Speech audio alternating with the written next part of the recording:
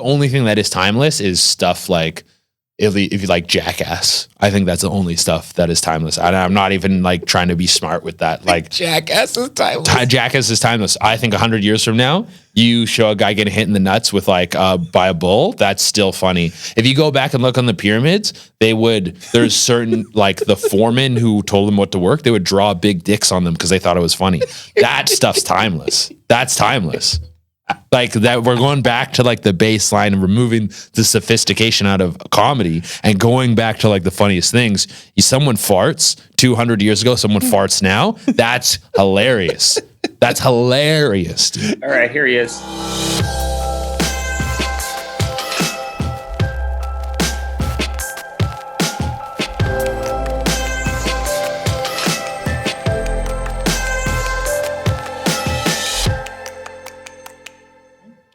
Wait, you've been in America for 6 months. 6 months, yeah. Well, from Canada. Yeah. Vancouver. Yeah. Well, no, I was in Toronto before this. I lived in Toronto for 8 years. I don't know the difference between Toronto and Vancouver. Like Vancouver's on the west coast, so Okay. we're like above like Toronto's California, East Coast. and Toronto's east coast, like above New York.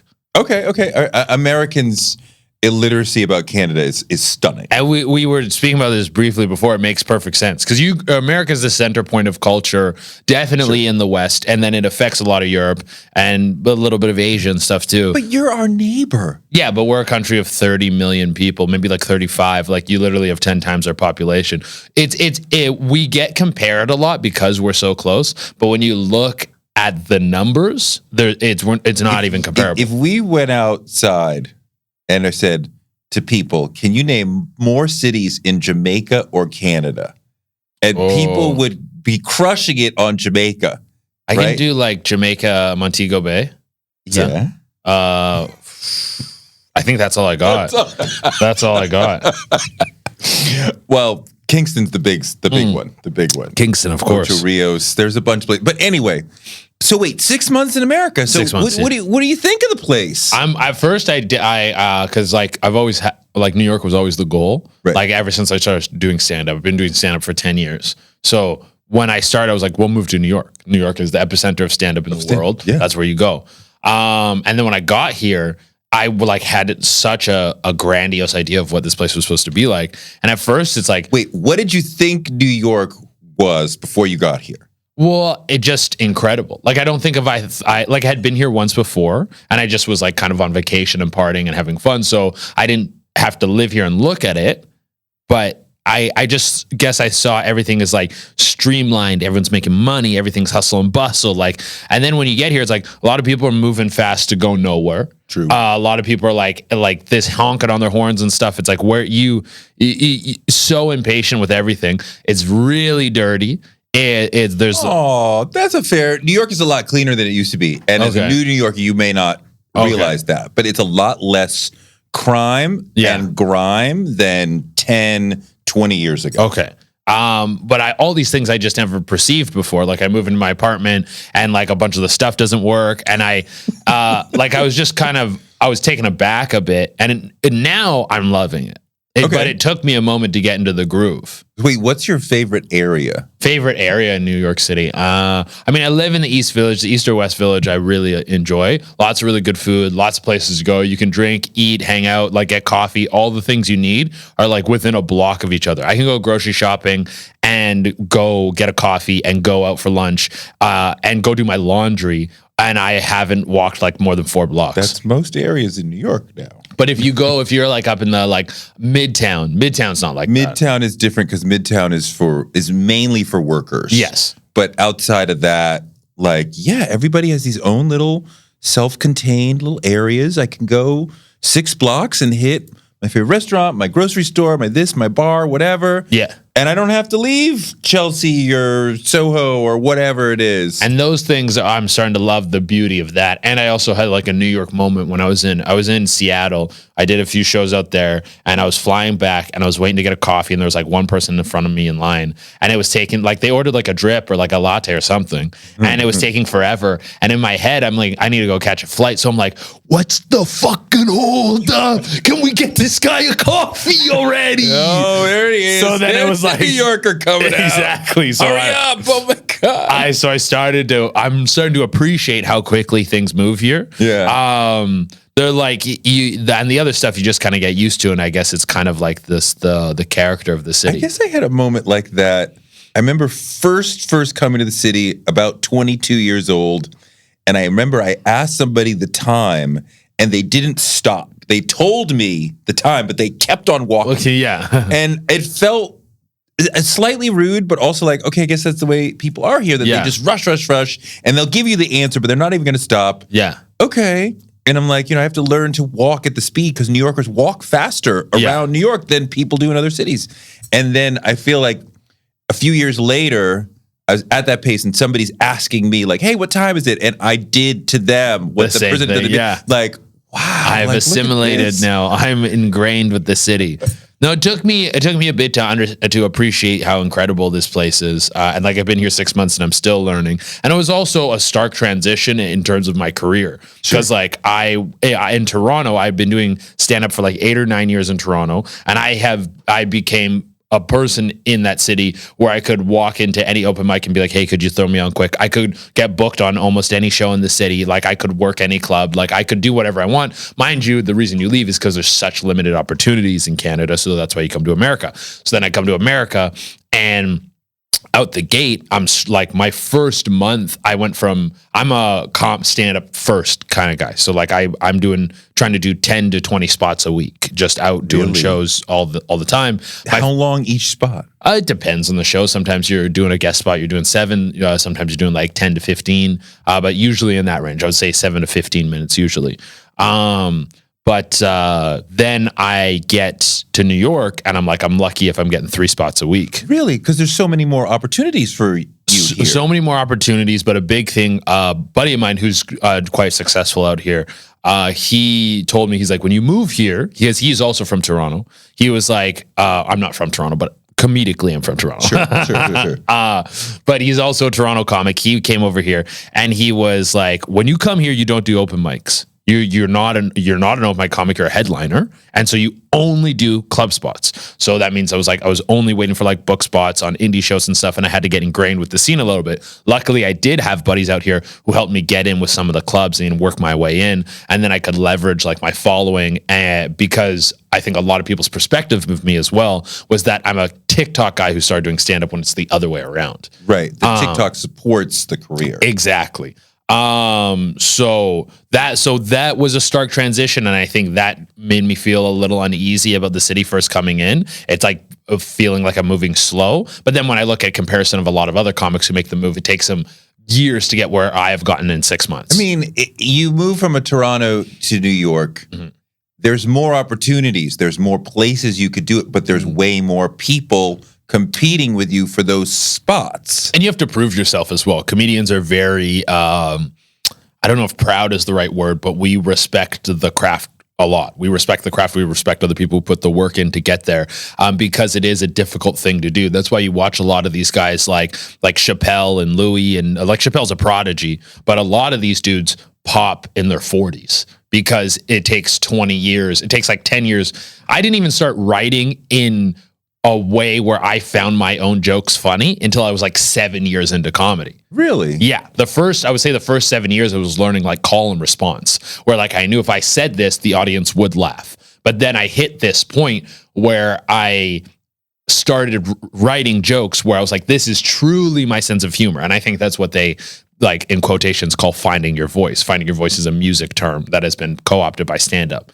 But finding your voice is really understanding how to translate your sense of humor to the audience and make them laugh at it. That's why you see a lot of these like 2-3 year comics that are like kind of edge lords. They want to say really risky stuff. Or you have the opposite end, people who want to get clapter. They won't get a good response from most audiences, and they go, oh, what, you can't handle this? Or you don't understand what I'm trying to say. It's like, no, you haven't done the work to learn how to make this funny to them. That's the part of the craft, is to really understand what your sense of humor is and then really understand how to translate it. Like, I know exactly what I find funny beyond stand-up. Like, I know that if I watch Godzilla versus King Kong, I'm going to laugh hilariously because that's a dumb, over-the-top action movie with like really bad dialogue, and that's really funny to me. So wait, what else is the bullseye of your sense of humor? So my sense of humor, I like things that are absurd, which is something why Godzilla vs. King Kong is so funny because it's such an absurd movie. Yeah. I like anything that's very absurd. I like contrast. So if you can take, which is also within the realm of absurdity, but take something that is very simplistic and make it seem ultra intelligent, or take something that's ultra intelligent and make it and dumb it down. Those things I find very funny, to be able to create contrast with them, because I also dislike things that are overly sophisticated, because I don't think sophistication adds value to anything. I think sophistication is perceived value. Sure. So if you can take something sophisticated and show how stupid it is, or take something very simple and show how great it can be, that is something I really align with. So can you give me a joke that you could say, this is the perfect joke for me that expresses who I am? Okay, if I'm like trying to dig into what I do, I'm trying to like filter through my act right now, because I want something that's also going to be appropriate, because not everything I say on stage is very appropriate. I love that you're like fingering, like you're going through a card catalog. Yeah, like a file cabinet. Yeah. That's what I'm thinking. Like I'm like going through like the library cards. What do they call it? The cue cards is what you're talking about. Yeah. I'm trying to think from the start to the end of my act where something that is good. Okay. I think I've recently been working on a joke. I don't know if this highlights exactly what I was talking about, but I guess it kind of does. But I've been working on a joke about how I like that all the phones collect data on us, because you like that. I was like, I like it because I would just want them to show the data. Show me the data. Show me who I really am, because everyone lies. You lie to yourself. You lie to your spouse. And every time you do, your phone's like, that's not what you said to me. So I really like that joke, because it takes something very baseline, which is kind of breaks this thing of sophistication, which is like a lot of things people prop up to be sophisticated, like the way they dress, the car they drive, the way they speak. These are all perceived things that don't actually add value. And oftentimes people are lying by putting these things forward. So then if you bring up the fact that we're all lying, everyone's lying constantly, and probably the only thing that is you're telling the truth to all the time is your phone, I think it's a baseline human thing that people can understand. And that's something that a lot of people are going to laugh at, is that we're all very dishonest with ourselves and the people around us. Right. That's So I'm taking something as simple as lying and then trying to bring it up to a greater point, because everyone lies. So there is some greatness to it. So you're going up 10 to 20 times a week now? Yes. The same 7 to 15 minutes, or you're doing different? No, so I try to write every day. That's an important part of stand-up, is you want to be at least trying to write every day. Whether it's 15 minutes to an hour. I try to do an hour a day. It doesn't always work out that way. So you're sitting there with a pen and a piece of paper, or you're talking? Or? I do everything on my phone. Okay. So I have like my notes app open, and this is like part of that creative process we were talking about before, that like 7 years ago, I learned how, or 7 years in, I learned how to write in my voice, or learned how to start doing jokes in my voice. It took me another like year or two to write in my voice consistently.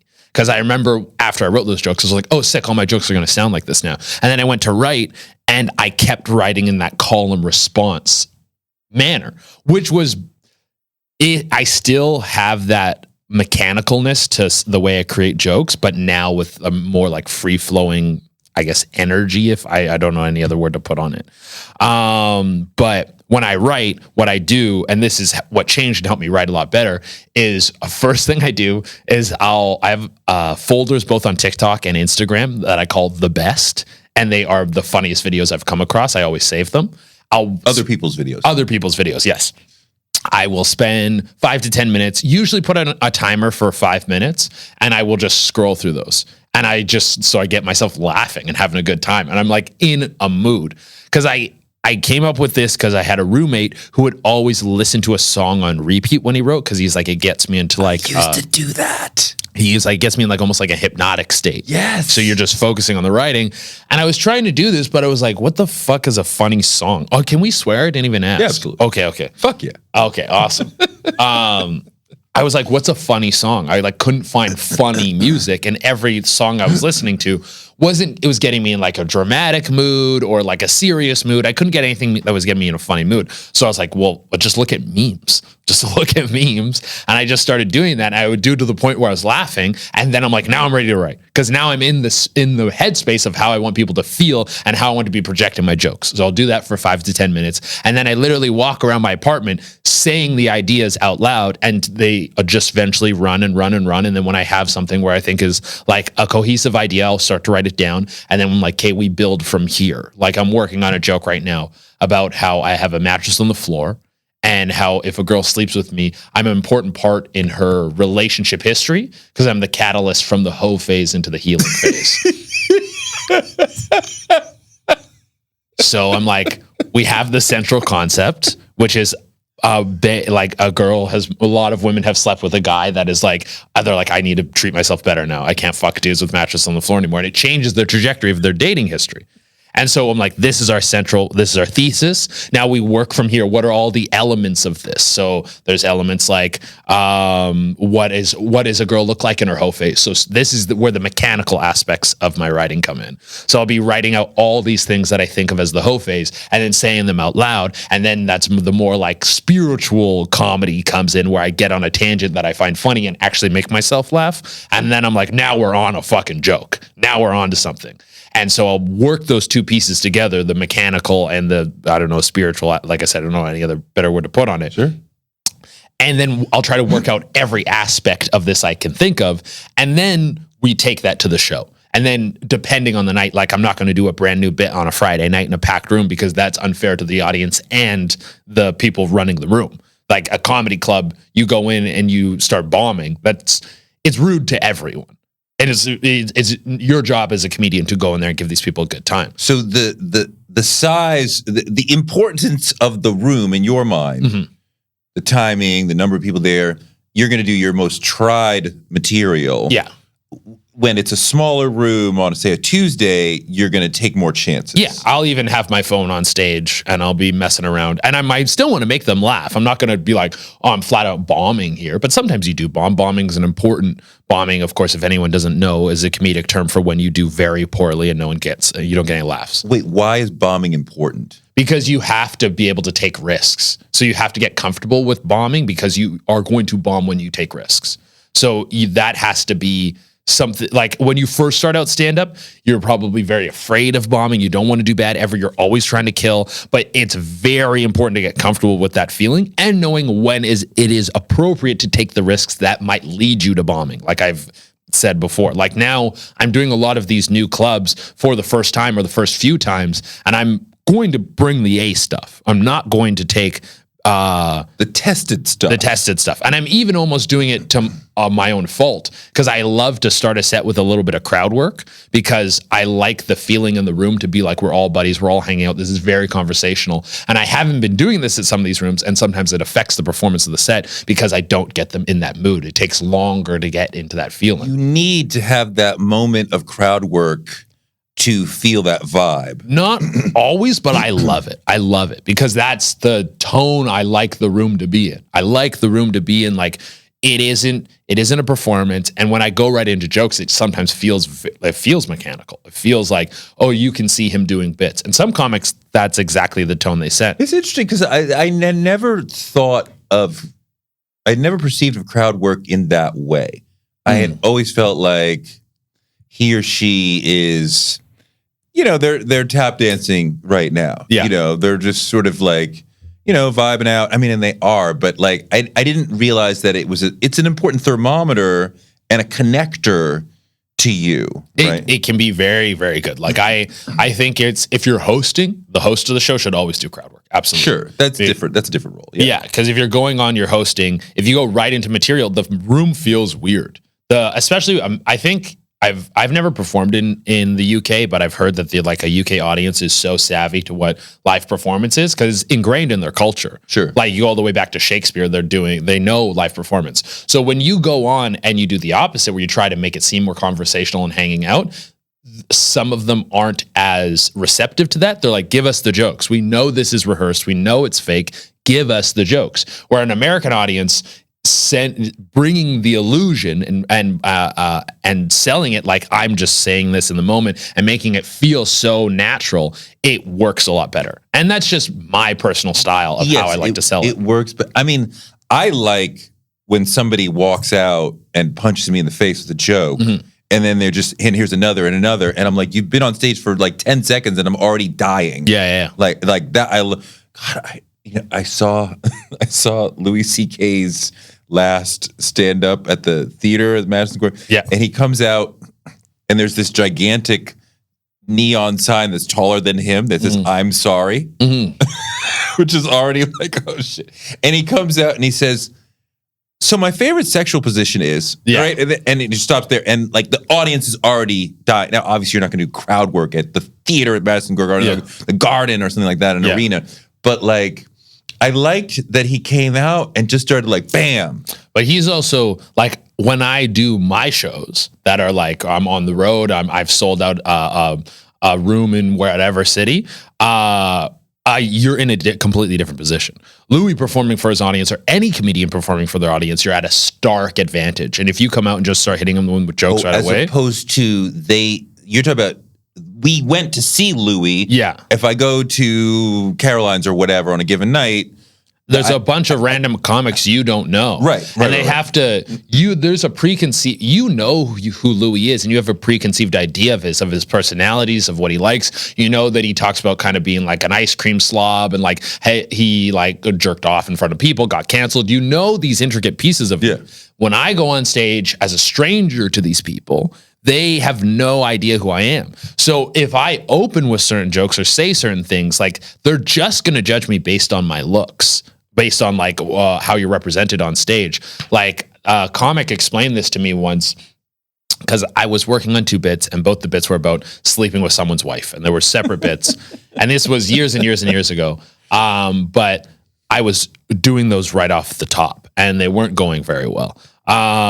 And a comic took me aside who had been doing comedy much longer than I had. And he was like, you have to know what you look like on stage. And I was like, okay. And he's like, no, like really? He's like, you're a muscular black man. You're going to come on stage. You're tall. They're going to feel this like alpha male energy in quotations. And if you go on and start talking about fucking people's wives right away, you're immediately probably going to lose most of the men because they're going to feel challenged by you. A lot of the women are going to be lost. Maybe you have a small percentage of women that are into that. So maybe you have 25% of the audience who's on your side. You can't do that. You have to, when you're doing stand-up, you have to earn your chips before you spend them. When you're performing in front of your audience, you have chips to spend already. Sure. But when you're performing in front of no one, like me going on doing a lot of crowd work makes me like sets this tone. We're gonna have a fun time. We're gonna be good. You can start with a joke that's a little bit more revealing. Like I would start with drug jokes a lot about smoking weed or doing mushrooms, because a lot of those stories would lead to me talking about being uncomfortable or afraid or getting too high and feeling anxious. That makes you more vulnerable. Then if I go into jokes about fucking a dude's wife, they like you now. You've already won them over. Yes. So all these pieces are important. And that's part of the reason why I like that crowd work opening. I also like crowd work. I like talking to people. Wait, when you talk about knowing who you are in the audience's eyes. Yeah. A lot of these clubs you're showing up, more than half the audience is white. Yeah. So how do you, because I know when I was really getting higher in television, I'm like, there's certain things that I can and can't do as a black man in this space. So what are you thinking about of like, that was a great example before of like, you can't start talking about fucking people's wives as a tall, strong black man who they could imagine he might be able to take away my wife. So what are some of the other things that you think about as sort of a black person who's trying to do comedy in front of probably mostly white audiences most of the time? I try to remove race from it so often. Race, politics, a lot of these like edgier things. There's often things I try to avoid even saying in my set because they're like trigger words. What are your trigger words you avoid? You could say like woman is a trigger word. If you go like women are like, if instead of saying women, I'll say ladies, because That's better? Yeah, subconsciously, if a man says the word women, like there's a connotation of like misogyny and all these things that link into it. These are trigger words. If I say Democrat, Republican, those are trigger words, man. So you're not saying the N-word? Oh, no. Well, sometimes I will. Yeah. Sometimes. Yeah, absolutely. Well, first you said no. Well, no. If I guess I wouldn't look at that as a connotation of race. I guess I would avoid a word like. Well, of course it is. That it's a word that we can say, yes, and they cannot, and they know that. No, and I guess I've never thought of it like that, but I've definitely used it in my act before, for sure. But in terms of like censoring myself of what I'm going to say, I never want to bring race into it. Right, but that notion of like, if I do the joke about sleeping with your wife later, yes, I mean, maybe let's say Louis could get away with that early because he's kind of nebbishy and he's bald and he's like, he admits he's a dad bod. Yes. So he's like, he's not stealing anybody's wife. Yeah. Right. So he could open with that. But like the way you look, right, you're like, can't open with that. Yeah. I don't know if there's ever been a scenario like that where I'm like, specifically, I shouldn't say something based on my race. They're going to actually, that's something I've worked on recently. I do have a joke about how I want to travel back in time and fuck a white lady because I'm like, it really meant something back then. Wait, travel back to when? Like the 1930s. Yeah. Because it really meant something? Because it really meant something back then. If you fuck a white lady now, no one cares. You fuck a white lady back then, it was like in the paper. Yeah.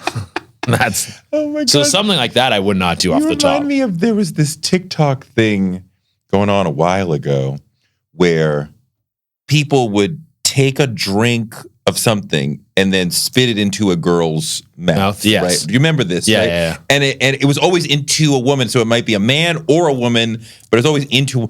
And so I'm watching it, and there it's cool, funny, whatever. And then there was this pretty good looking black guy and this pretty hot blonde, and he like takes a sip of Jack or whatever, and he pulls her head back and he spits it into her mouth, and then she looks at the camera and like wipes her mouth like, that was cool. And I'm like, oh my God, like this is where we, like in 1930, 1950, like people are getting lynched for shit like that. I want to tell you, I know exactly which video you're talking about. I know exactly which video you're talking about. I think it went pretty fucking huge. Yeah, it did millions, yeah. It did millions of views for sure. But it's like the things that we can get away, but you're right, in 1930, that would count for something. 1830. Yes. Fucking insane. But that is something like that I would definitely save, and that's definitely a race-focused joke.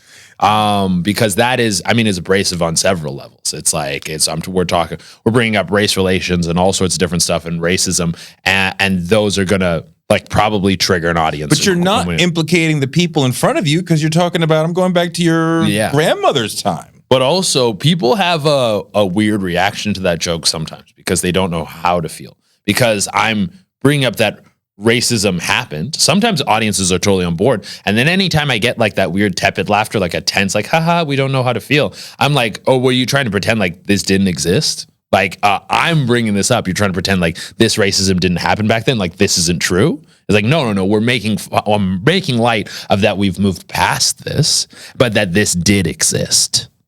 Who are the people? Well, first of all, why did you go into comedy? Oh man, I watched a ton of comedy as a teenager. I like would binge watch stand-up specials. Like I think it was just something I was consumed in. And then when I was in high school, I was doing public speaking, and I would make my speeches funny, and I would like you would do it in front of the class. So you're a funny kid. I guess I was. Like I there were moments where thought I was pretty funny. So you weren't the disrupt the classroom funny. Not always. I think there were a couple times. I do remember one time I had a party and my parents were away, and there was a bunch of people over, and the cops came in, and the cops left, and then everyone was like being loud still, and I was like, everyone, you need to shut the fuck up. Like I was having this moment, and everyone died laughing, and even I died laughing. I like couldn't be serious in front of everyone.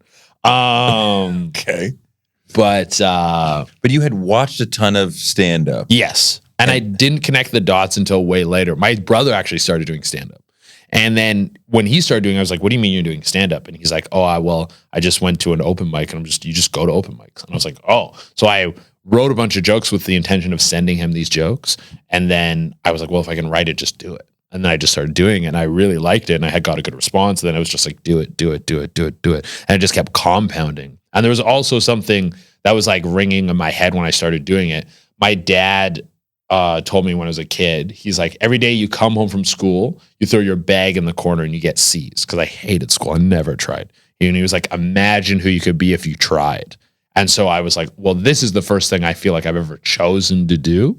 everything. It's like in school and sports and all this stuff. Your parents put you in it. It's like, go do this. So I've chosen to do this. I like this. I'm going to actually push myself at this and try to accelerate at this, and let's see what I can accomplish. Wow. Is it who are the people who formed your comedy? Chris Rock was huge. Like Chris Rock was in like the heyday when I was consuming a lot of it. Like he had 3 specials, like A Bigger and Blacker, like a Shoot the Messenger. Was it Shoot the Messenger or Don't Shoot the Messenger? Something like that. He had like 3 that were like massive. Yeah. Don't Be Afraid, I think, was one of them. And I consumed those like crazy. And then it was like watching like a bunch of stuff was getting leaked on YouTube. Like I found about like Louis C.K. when I was in high school, and then like Bill Burr. Then I remember I watched what's his name? Jim Jeffries, like first 3 specials, like There Is No God, Alcoholocaust. Like these were those were like really laying the foundation. And then Chappelle show was like huge. And Chappelle like showed me the difference of like presenting comedy through like sketch and stand-up. Like watching Chappelle's first 2 stand-up specials are insanely good, like insanely funny. And then also watching all the Chappelle show was like so like incredible. It was such a different way to express comedy, and were also incredible. So like that whole generation of comics that they're like, all these guys are like, some of them are in their 50s now, some of them are getting close to that. That was like a whole generation that like formed my opinion of what comedy is. Okay. So, I mean, I feel like there's 2 kinds of comics as far as I can see. Mm-hmm. I refer to some of them as like phone book guys. Like if you gave the phone book to a guy like Chappelle, perhaps a guy like Cat Williams, they could crush just reading the phone book. Bernie Mac. And then there's people who really need the material to be like just precise, and every word and pause and syllable is thought out, and that's Chris Rock, that's Jerry Seinfeld, probably George Carlin, and one is not better than the other, but it seems like people are generally in one of those 2 camps. Is that how you see it? I don't necessarily see it in that dichotomy, but I do understand those 2 classic comics you're talking about. Like 2 perfect examples of guys who are getting huge right now, who are what you're talking about. You have like Mark Normand, who I'd say would be like to the joke kind of comic. Like the amount of jokes Mark Normand's going to do in an hour is wild. Like his writing is insane. And then you have someone like Shane Gillis, who's on both these guys are on like a meteoric rise right now. Shane Gillis is like, you watch a Shane Gillis special after his special, you feel like you know a piece of him a lot more, and like you could almost hang out with him, and he's just being himself. It very much gives the vibe that it's all off the cuff, but of course these bits are all crafted and written and worked on and ironed out, but it is just 2 separate styles where like one I feel like is more personality driven, and the other is just like, I'm going to hit you with as many jokes as I can, one after the other. But both of them are hilarious. The thing you said about knowing a person, like if I can feel like I know you, who you are after you're 10, 15, 60, whatever, then I feel so much more connected. There was a year that I listened to Ronnie Chang, Asian comedian, Destroys America, like 20 times. Yeah. And we listened to me and my kids, Michelle Wolf. She had a big hour that same year, and we listened to that over and over.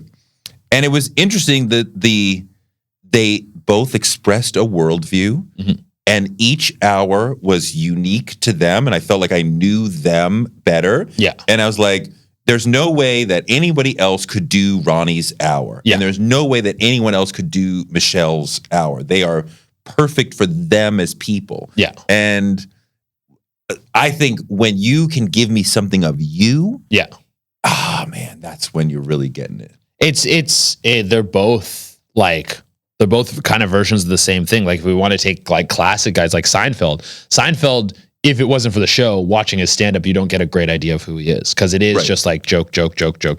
Where you go on the other end, you have like, if you have like a Bernie Mac or something, Bernie, you're going to get way more idea of his personality based on what he presents. He adopted his sister's kid, and is gay, and really, I know you. But also, I think between the two styles, it's like, one, the personality driven stuff tends to be a lot more autobiographical, a lot more opinion based. So you're going to figure out what they want based on what they're saying. When you have someone who's like hitting you with a ton of jokes on a certain topic, it's not very clear where they stand on these topics all the time. And they're more just writing as many jokes as they can on a subject.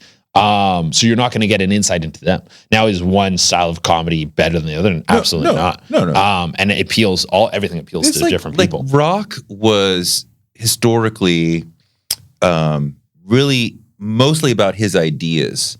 And I interacted with him as an intellectual, and I understand how you think about the world, and I appreciate that. Yeah.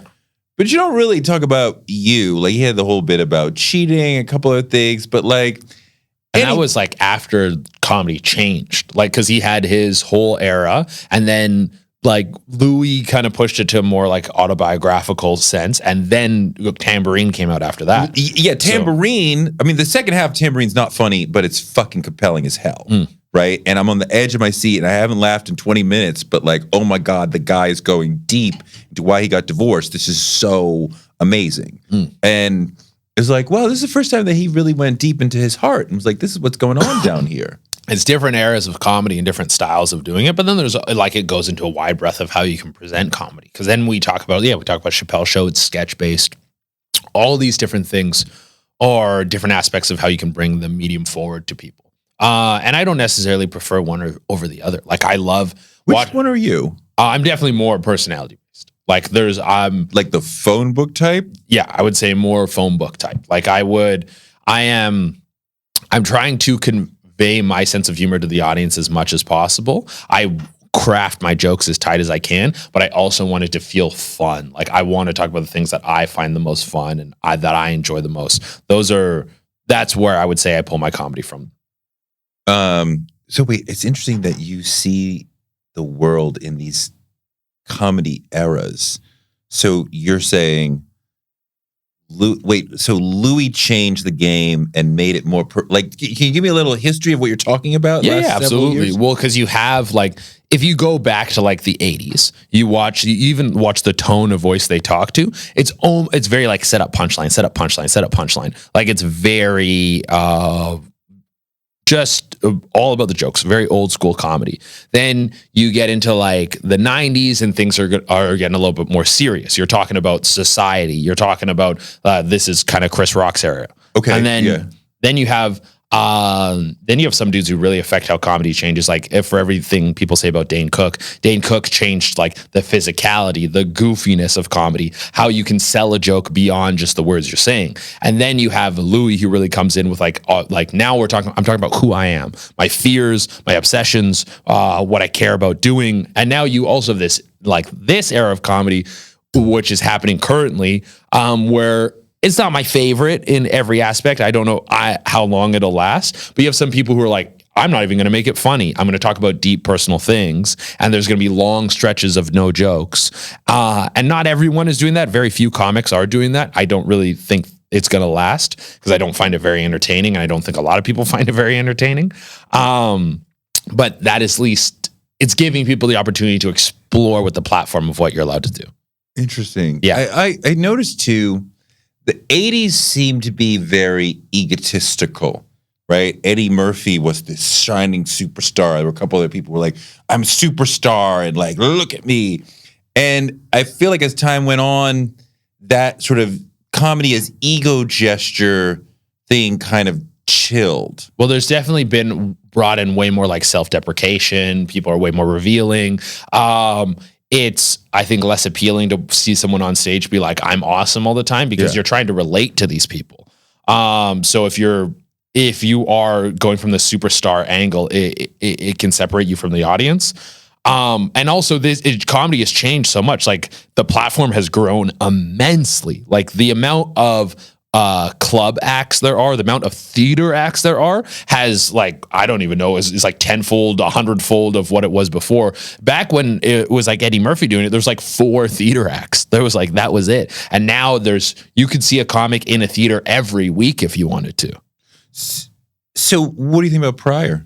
Pryor's amazing. Pryor, like definitely, if you have like a Mount Rushmore of comedy, he's one of the guys on there. What he was, how he was able to be revealing and how he was able to comment on society was like before his time. And he did it as a black man in what the 60s, 70s, the 70s. Yeah, it's like to be able to even traverse past all of the challenges and become that prolific at the art form, it's absolutely incredible. He does a bit about this is a baby being born, and then he just stands there and mimics like a baby crawling out of the vagina. Mm-hmm. There's no words to it, but it's super physical. But it's fucking amazing. I'm like, that's amazing. That's fucking brilliant. Like, and you can go back and you can watch it, and I think going back and watching stand up when I do it, it's definitely more like a case study. Okay. I don't think a lot of stand up holds up. Like it is definitely not a medium that is, I guess, time. It gets dated. It gets dated. But that's part of what it is. It's supposed to be social commentary, and society is constantly shifting and changing. So if you're, I don't know if you're deep, if you're watching old comedy, it doesn't stick very well. I think the only thing that is timeless is stuff like, if you like Jackass, I think that's the only stuff that is timeless. And I'm not even like trying to be smart with that. Like Jackass is timeless. Jackass is timeless. I think 100 years from now, you show a guy getting hit in the nuts with like by a bull. That's still funny. If you go back and look on the pyramids, there's certain like the foremen who told them what to work. They would draw big dicks on them because they thought it was funny. That stuff's timeless. That's timeless. Like that, we're going back to like the baseline and removing the sophistication out of comedy and going back to like the funniest things. Someone farts 200 years ago, someone farts now. That's hilarious. That's hilarious, dude. You know, it's funny because I think Chappelle is so brilliant, and yet, you know, every once in a while he'll do basically a fart pee pee poo poo joke, basically, right? Because it's funny. Right. And I'm like, so even when you ascend to like the highest level of comedy, you're still going to work in a fart joke every once in a while. It's still funny. What's it? Louis said on a talk show or something. He was like, he's like, yeah, farts are funny because they make this noise. They have the smell of shit because they're hanging around shit and stuff. And he's like, you don't have to be smart to laugh at a fart, but you have to be an idiot not to. It's good. It's good content. You know, when a guy or woman gives me a great story that I could listen to over and over. Gary Gulman has that Trader Joe's story. Yeah. It's fucking unbelievable. You know, Pryor talking about being in the hospital after getting burned, and they're like, we're going to wash you fine. Like, I'm going to do, you know, fucking, some of Chappelle's stories about meeting O.J. Simpson on 4 different occasions. I'm like, I know where you're going. Yeah. I could do it word for word, and it's still fucking funny. And I watch these sort of things to be like, how did you do it? Like, how did you deliver me there? And I laughed again. Well, great bits have like all these different moving pieces. Like they'll like if they can take you along a journey and make a point. Like if you haven't listened to Roy Woods Jr.'s most recent album, you should, because it is like a work of art in terms of comedy. Like when we talk about this new wave of comedy that's happening where people are like focusing more on saying their feelings or making a point or whatever rather than making it funny, Roy Woods has masterfully done both simultaneously. There is a theme to the entire arcing album. There's several callbacks that are worked in throughout it. So he has these like builds, almost like sayings throughout the special, and it's absolutely hilarious from front to back. That is really like truly incredible stand-up. Roy Woods Jr. is actually probably the greatest stand-up working right now that people don't know about. Really? Yeah. I think he can outclass a lot of comics. I think he understands comedy deeper than most people. I think the fact that he hasn't been giving like a Netflix special or something is criminal. Yeah. Yeah. What else are you listening to that come out recently that you think is like landmark and important? Shane Gillis's special Live in Austin was absolutely like that. That was, I feel like it was like tailor made for me. Like it's just exactly my sense of humor. It's like bro-y, it's silly, it's absurd. He has a joke where he relates racism to corners in football, where he's like, Alabama's football team was so racist, they had white corners. You've never seen a white corner in your life. No. Like that, to take something as we're talking about the same thing, the absurdity, and making something very big and making it small, like taking something as huge as racism and boiling it down to white corners. It's so tangible that everyone can understand that. Yeah. But it is a huge undertaking to take on racism. What do you not like about this world of comedy?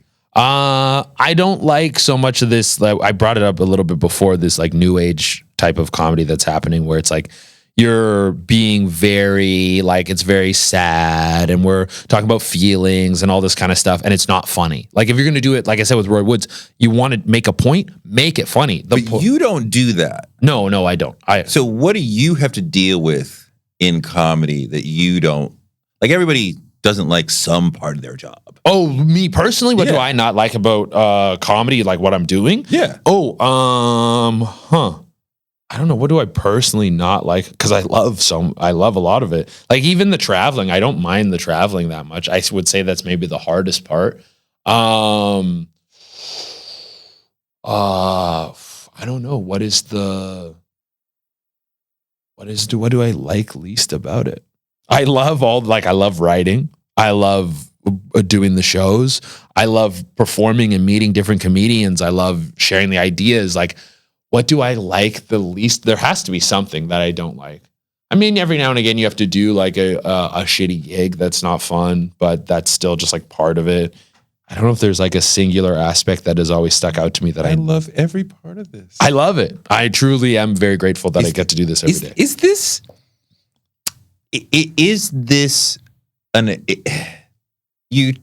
Is there an extended childhood aspect to like, I go around and tell jokes all day? I don't know. We were a very funny family. Like growing up, we're all very funny. And Are you the baby? Yes, I'm the baby. Out of 2? Out of 4. Well, it's messy because both my parents had kids before, and then they met and had me. So there's like, you were their second relationship. Yes. So marriages. My mom had 1, my dad had 2, and then everyone kind of got introduced. You're there only together. Yes. Okay. So Are they both black? No, my mom's white. Okay, and your dad's black. Yes. Okay. So I have a sister. Your dad's Haitian. Yes. And your mom is French, Dutch. She's Quebecois, but doesn't like Anglophone Quebecois, Quebec. You speak French? Yeah, I speak French. A little bit. Like my French used to be better. But you used to do comedy in Mexico? Yes. So is that the same? It was for tourists. So you're still talking to Americans? Yeah. Okay. Absolutely. So it was a funny house. So your parents are funny? Yes, both my parents are funny. My family's funny. Like everyone, we're constantly like ripping each other, making fun of each other. Like that's like a central point of how we communicate. I've always said my love language is bullying. Love language is bullying. Yeah. You like to get bullied, or you like to bully? Both. Like if I can communicate to you through making fun of you, and like you can do it back and forth to me, I feel like. So when you go home, you and your dad and your mom are like, oh yeah, we're constant. Like I talk to my sister like almost every day on the phone, and we're like, we rip each other all the time and trying to get a rise of the other person and irritate them, especially because we're very different. She's like very like white picket fence kind of life, clean, put together, like everything needs to be in a row, and I'm very chaotic. Yeah. Is your house a mess? My house? Yeah. Oh yeah. Like it's not dirty. I make sure everything's clean, but like I don't know. Stuff goes where it goes. Yeah. You have a great voice. Thank you. I mean, I think that when I first saw your TikToks, that stood out to me of like, just the voice has a really nice, deep sound. And it was like, I can tell, because you're kind of undercover. I'm like, he's making jokes, but it's not just to be silly. Mm-hmm. But I got the bro vibe. Mm-hmm. But normally that would turn me off, but it didn't. So I don't know. I think like what people see in the TikToks is one aspect of myself that's exaggerated. It's just my sense of humor that people are really seeing stretched out over all these videos. And I think the reason why, because a lot of the things I talk about, some people are like, I couldn't get away with you talk about blah, blah, blah. I truly I talk about sex and stuff a lot in these videos and on stage. I truly don't see anything wrong with the things I'm talking about. I've always had a stance that like sex and relationships and these things that are considered taboo, I've always thought that it was very foolish that we think these things are taboo. Everyone's fucking. Everyone. Yeah. So to be like, we can't talk about this, or we should be ashamed of it, or we should like, you can't have sex with this person, or you can't do this with that person. It's like, why not? It's like, for one, it's nothing to do with you. So let people do whatever they want to do. Yeah. And everyone's doing it. So just, why aren't we having an open dialogue about this? So wait, gaming is your other big thing in life? Yeah, no, I play video games pretty much. I've been playing more recently. Like, it depends on how crazy the workload is and how much time I can get in. But I love video games. What are your games? Oh man, I play anything. Like, if I'm talking about like my favorite games ever, like Elden Ring consumed a lot of my time. Elden Ring? Yeah, you didn't hear about Elden Ring? No. Dude, Elden Ring was this guy. Actually, this guy's career is something that I think anyone should try to emulate as a creator or an artist or anything. His name's Miyazaki. He created the Souls franchise. Souls games are a certain specific type of game that wasn't a genre before him. They're kind of like slow, methodical, hard games that started as a small niche on the PlayStation 3 with this game Demon Souls. Then he came out with 3 Dark Souls games that were on the PlayStation. I think some of them were on the like Xbox 360 and stuff. But then he just kind of kept feeding this niche, and the quality with each game kept getting better. And you make little tweaks, and over time, through word of mouth and through great reviews, this subculture of video games reverberated through the rest of the industry, where people started like lifting his style of gameplay and implementing it into other games. And then it kept growing and growing and growing until recently Elden Ring came out last year. It was almost a year ago. And it was a smash hit. It sold like 20 million copies since release. It was the hugest moment in video games for a long time. People saying this is one of the greatest games ever made, and I truly agree that it is. But that's what I think creating great art is. It's not to try and appeal to what the masses want to see. Don't try to go mainstream. I think the biggest money-making stuff is all the mainstream stuff. You look at someone like The Rock. I don't know if The Rock's breadth of content will be remembered as something that changed the way we consume media. Yeah, no. But it's still go the opposite way. We're like, focus on what you truly believe in, what you truly think is funny, or what you truly think is your great creation, and keep hammering, keep perfecting it, keep polishing it.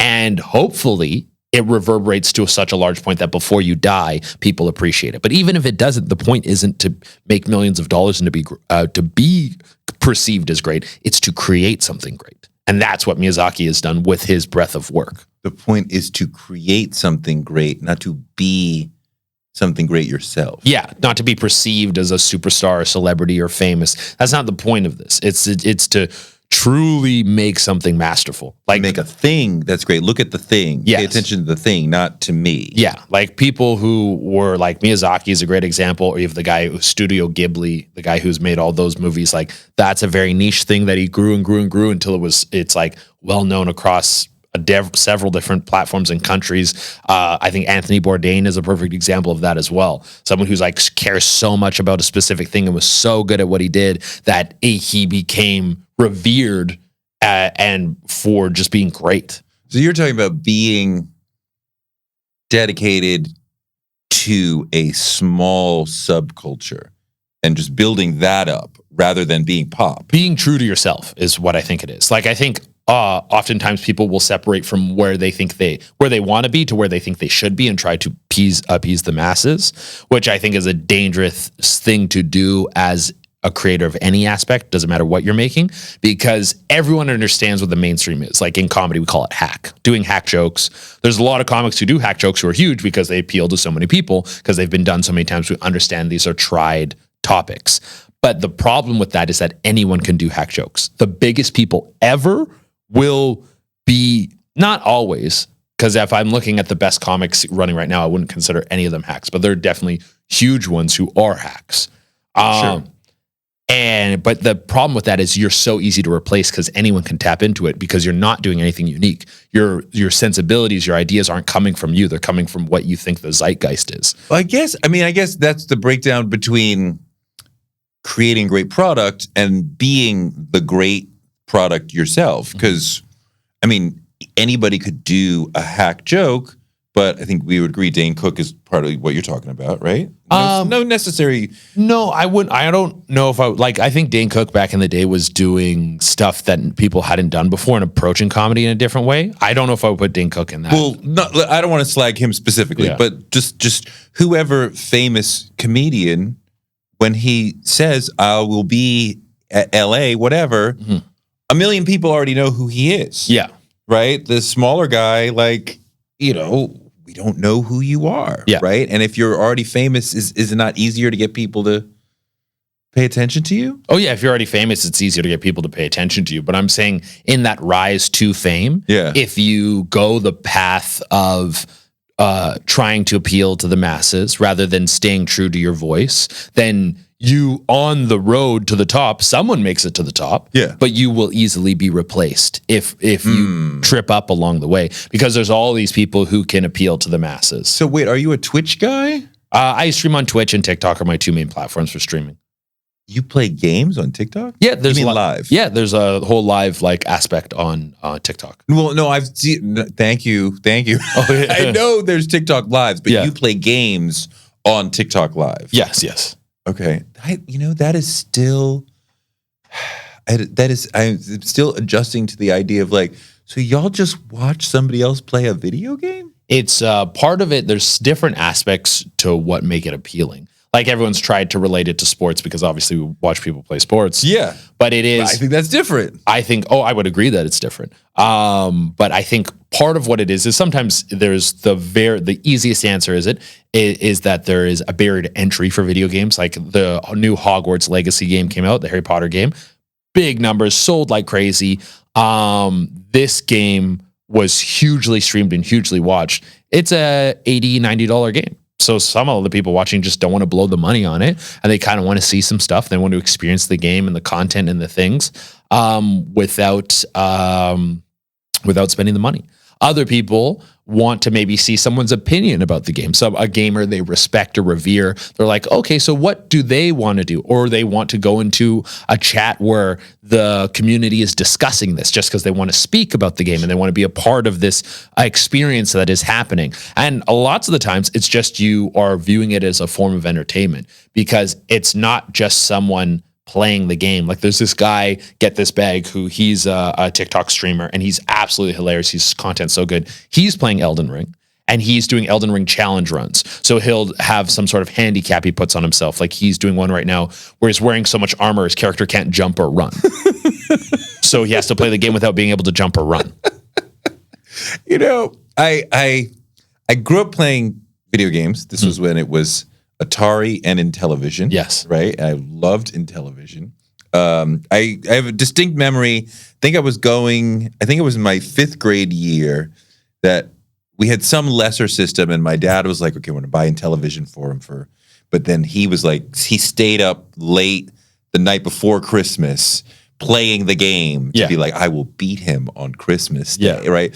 And then, I was 5th grade, like, what is that, 11, 12? Yeah. I looked at the game for 5 minutes and I crushed him. Yeah. He's like, what the fuck is happening? Yeah. I fucking played for hours and you're killing me. Like, I'm fucking a kid. Of course I'm killing you. Yeah. But I didn't want to get wrapped into it, right? Like, I was like, but I do remember The Sims came out. Yeah. Before you were individual people, when it was like God mode and you're like watching Sim the whole... Yes, Sim City. Mm-hmm. And I was like, let me give this a try for a second. And like 3 days later, I like crawl up like, holy shit, I've played this game for 72 hours. My city is kicking ass. Yeah. But I didn't do my work. My dishes are fucking piling up. Yeah. Like, this is you're a fucking addict. Like, but that game was the shit. I think video games are the greatest form of entertainment that we've ever come across. Like, and this is coming from an entertainer. From a stand-up comic, that video games? They're the best form of entertainment that's ever existed. They're so good. They're so... interesting. They're so intricate. It's art living that you can experience. The way you can dive into these worlds and be a part of them is completely unique. And there's so many different aspects to it. You can be like a super hardcore World of Warcraft guy and spend hundreds and hundreds and hundreds of hours, thousands of hours making your character, building a world, getting a clan, living inside this other place, creating relationships with these people. You can play competitive gaming and get this highs and lows of winning.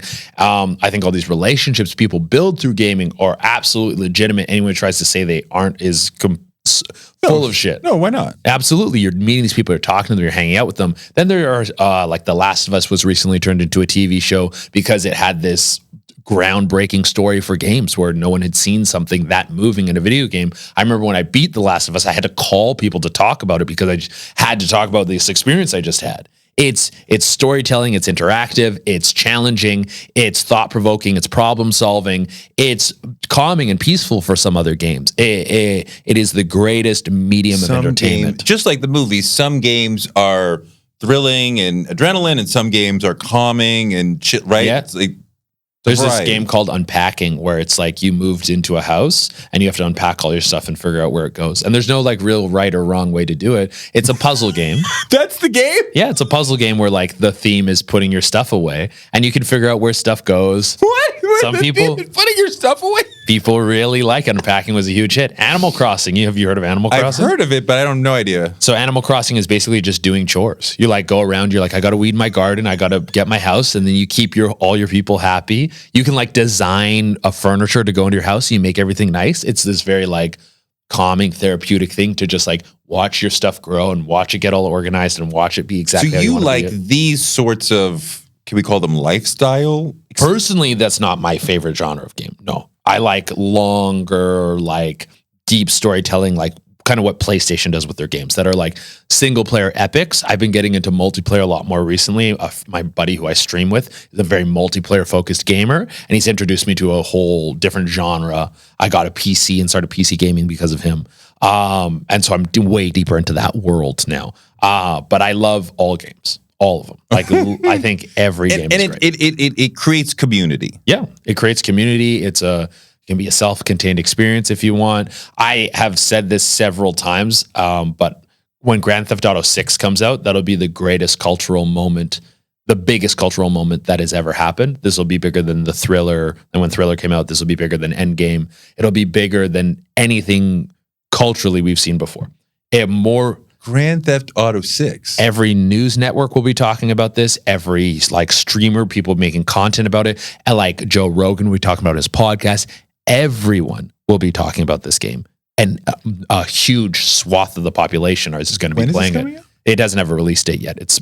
It will happen. This year. Not this year. I would say earliest we see it is late 2024, maybe 2025. I love this.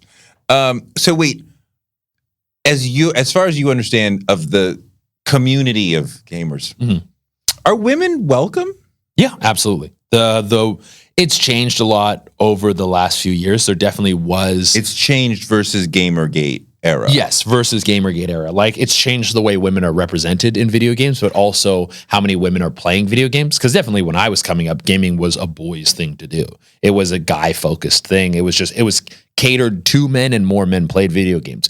And women were excluded. Like boys, were like, get out. It was you're a teenage boy and you're playing GoldenEye with your buddies. It's like, yeah, you're not going to be the most inclusive to having girls come over. You can barely talk to girls at that point. Yeah. It's like it was a boys hangout thing. It's like watching sports or playing games. Like it was a dude's hangout thing. But now games have, as we've spoke about already, games have changed their breadth of what they represent. Like before, when the only games you know are like Call of Duty and Grand Theft Auto, where it's like you're beating up a cop with a baseball bat or you're just shooting down the enemy of whoever it is in that Call of Duty game. Now there's games that are every genre you can think about, and we're going to move out of this mentality that there are gamers and non-gamers. Like there's not TV watchers and non-TV watchers. There's just going to be people, and many people will play games to some aspect of how they consume media. Some people listen to a lot of music, some people watch more TV, some people play more video games, but a concept of gamers will go away. As everybody is engaged in gaming in some way. Yeah. That's incredible. Your album is Tales from My Butthole. Yes. What was the number 2 option? I can't remember what was number 2. Number 2 was like tuxedo shirt or something like that. But I think I thought a tuxedo shirt, and then I was like, that's I can just come up with something funnier than this tuxedo is way shirt. funnier than way fun. Yeah. So Tales from My Butthole was just like, it was fun. It's just like fun. It sticks in your head. Oh, it sticks right in. Yeah. And I like that album. Like it was kind of a culmination of the best jokes I had up to that point. That's like up to like the 7-year point kind of. And there's some stuff in there that I'm like, I would love to do it again on like a different recording, because there's a couple of jokes in there that I'm like, these are really good jokes. They're really good. But then there's a bunch of stuff that I'm like, it's okay. So is there another album soon? So I have my hour that I'm working now. And I wouldn't want to record that as an album. I would love to sell it to like a streamer or something. So the focus is to start pitching this to bigger networks. To one of the. How do you move up from where you are at the level that you're at now? Well, I think it would be something like that, like partnering with a streamer, start collabing with other creators, keep your platforms growing. Like it's a long haul, this journey. Like very few people get massive pops that change their life instantaneously. Like you have someone like, what's her name? Ortega. That girl. Jenny Ortega. So she was in Wednesday. Ortega, yes. Wednesday, yes. And then it's like, but she'd been doing stuff. Yeah. But Wednesday took her from a complete unknown to like, literally one of the most famous people. Yeah. Yeah. But you look at someone more like Pedro Pascal, who's in a very similar breath right now. Pedro like was coming up through a bunch of different stuff, had the Game of Thrones that kind of gave him a break, a little bigger, then Mandalorian, a little bigger, and now it's like Last of Us and Mandalorian are on side by side, and he's like one of the most famous people in the world, and he's much older as well. Went through this huge ride of a career. More people have something similar to that and don't even get that high, but will at least ride to the point where they're like, well, I'm not worrying about money anymore, you know? You're worrying about money. No, I'm good now. You serious? Yeah, I'm good. Really? Oh, yeah. From doing stand-up? Yeah, absolutely. But you don't make that much a night. Well, my shows that I'm doing around the city, no. But when I go on the road and I sell out 4 nights at a weekend, like a weekend, I sell out 4 shows. I'm bringing home a pretty penny. How much does that net you? It depends on the venue. The size of the venue is very like how many seats we're getting, but it'll be somewhere between, let's say, 15K and 30K that I'll bring home in a weekend. For 4 shows, 15 to 30K. Maybe 4 to 5. Yeah. 4 to 5, 15 to 30K, and you can do that every weekend. But not every weekend's going to sell out. Like there's been some weekends that have been better than others for sure. I'm about to head to Miami, and Miami's not selling very well. But also Miami, it's spring break, it's St. Patrick's Day, and there's a big UFC fight on. So like all those things I'm competing against, Sure. but the weekend after is selling very, very well. But what is the goal? Is it to get on television, to get in a movie? It's to like, I want to just, everything is supposed to feed back to stand-up in the way I see everything. So if I do a movie role, it's because I want more people to come to the live shows. If I collab with other creators or go on a podcast, it's because I want more people to come to the stand-up. The stand-up's the crown jewel of everything. I look at Bill Burr's career as like a template for a trajectory, where Bill Burr's stand-up is like so incredible that he had all these other opportunities around it. Like he was in The Mandalorian, he has a cartoon now, he was in Breaking Bad. Like he had all these things that were extensions of himself as who he is in his stand-up, and everything fed back into the stand-up, and his stand-up kept getting better and better and better and better. That's how I kind of see a template for my own career of what I would like to do. That you're doing things that point back to the stand-up. Yes. So you want to be 50 years old doing stand-up, creating another great album. Yes. I want when people talk about the greatest stand-ups of all time, they can't not say my name. Really? So who's on that list right now? On that list, definitely Chris Rock, Dave Chappelle, Bill Burr. I wish Hannibal kept doing it because I thought Hannibal was going to be. Did he quit? I think he raps now, but like I respect what he did. He did like put out 3 specials, 2 which I think are awesome. One was like so. And then he's been on podcasts talking about this. He invested his money really well. He bought like some boutique hotels and stuff. He's kind of independently wealthy, and he's like, oh, doing whatever. And he's young and retired and like rapping, and like, I guess he's not retired. He's still creating, but I don't think I don't know if we'll see another special out of him.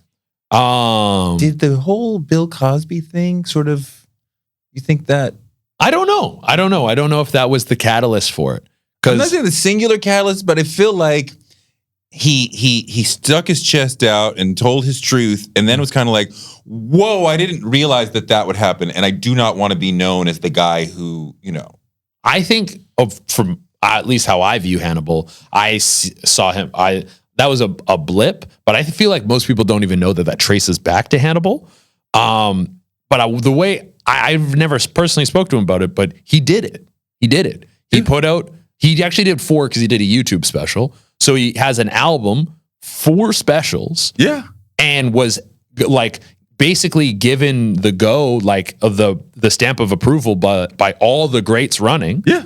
And it's like, no, it's a great career. It's like, what else do you want? Like, I think we have a perception in our heads of like doing everything to the nth degree, where it's like you run everything into the ground, get as much as you can out of it. He should put out special after special after special until it's not good anymore. It's like a fighter fighting past their prime or something. Sure. Not to say that he was past his prime. I think there was much more to come out of Hannibal comedically.